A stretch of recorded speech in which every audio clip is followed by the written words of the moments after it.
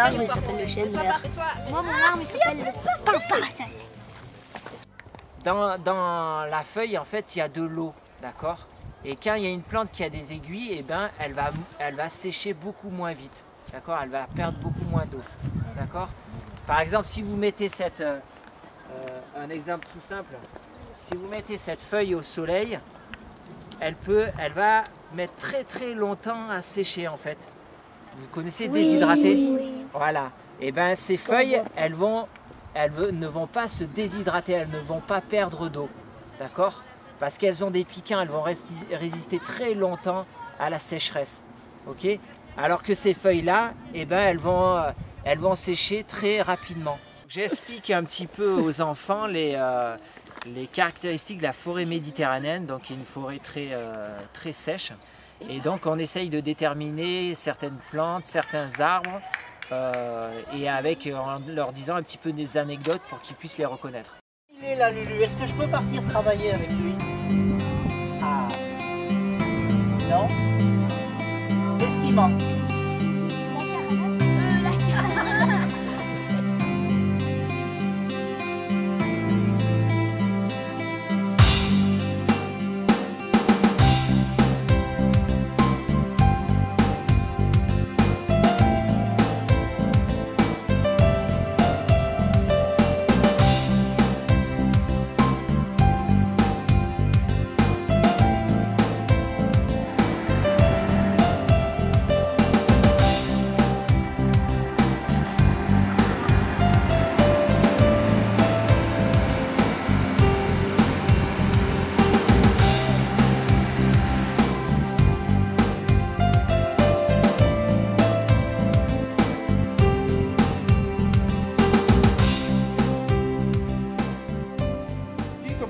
C'est comme mon ami Jean-Pierre là-bas, lui c'est un sous-officier, donc lui il va porter le casque orange.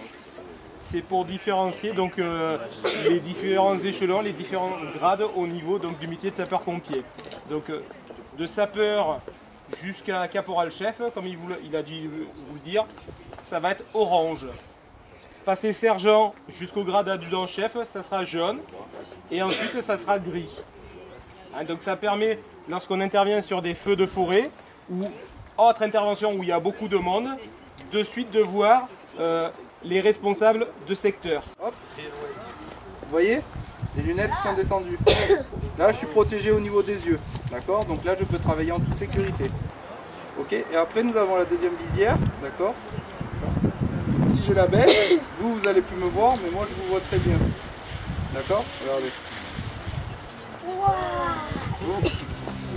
Donc vous ne me voyez plus, mais moi je vous vois. Ouais,